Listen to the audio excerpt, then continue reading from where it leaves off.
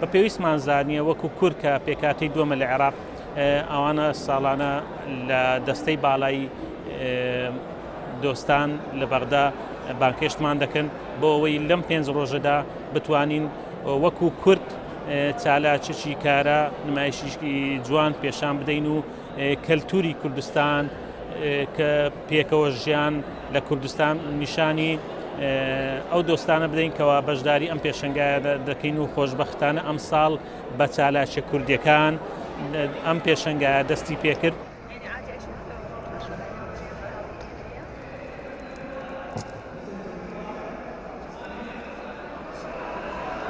بە ناوی فلکلۆری کوردی بەشداریمان کرد لەو مەهرەجانە مەهرەجان ئەشیقا لە بەغدا.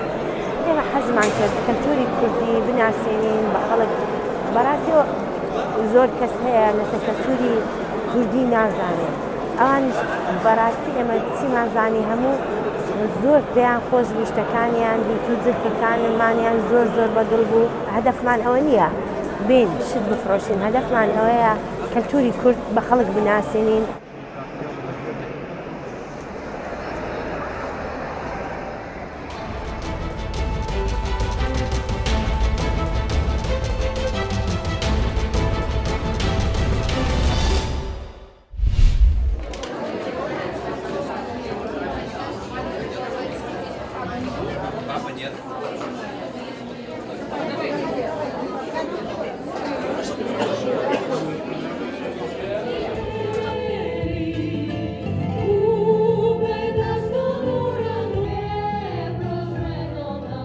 Но сегодня я и мои коллеги принимают участие в этом замечательном мероприятии. Мы поем греческие песни, мы представляем Грецию. И, конечно, я считаю, что музыка объединяет всех, потому что музыка не имеет, наверное, даже национальности. Она повсеместная.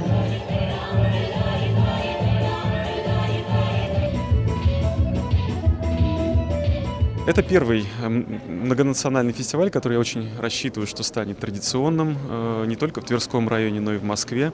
Я счастлив принимать такое широкое мероприятие в своем районе. Я благодарен хозяйке этого мероприятия Марине Владимировне Моисеевой, директору школы 1540, школы ОРТ, одной из лучших школ в Москве, которая приняла гостей.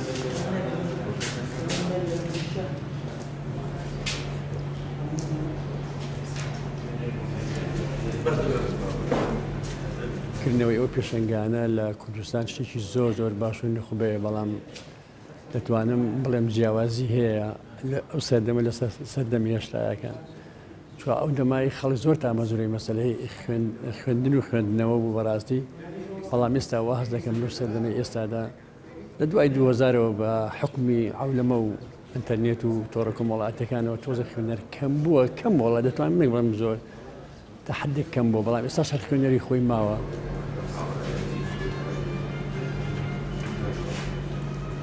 ئەگەر بتەوێت لە ڕووی وشەوە لە ڕووی ئەدەبیەوە لە هەموو ڕۆکانەوە دەوڵەمەندی بەڕاستی دەبێت کتێب بخوێنیەوە. بەڕای میش لە ئێستادا گەنجەکانمان خوێنەر زیاتر خۆی داوەتە شتی فەیسبووکی شتی فەیسبووکی دەخوێنرێتەوە، ئەوە شتیفایەت نییە بۆ خوێنەر کە بێوێ پێی دەوڵەمەند بێ لە ڕووی وشەوە.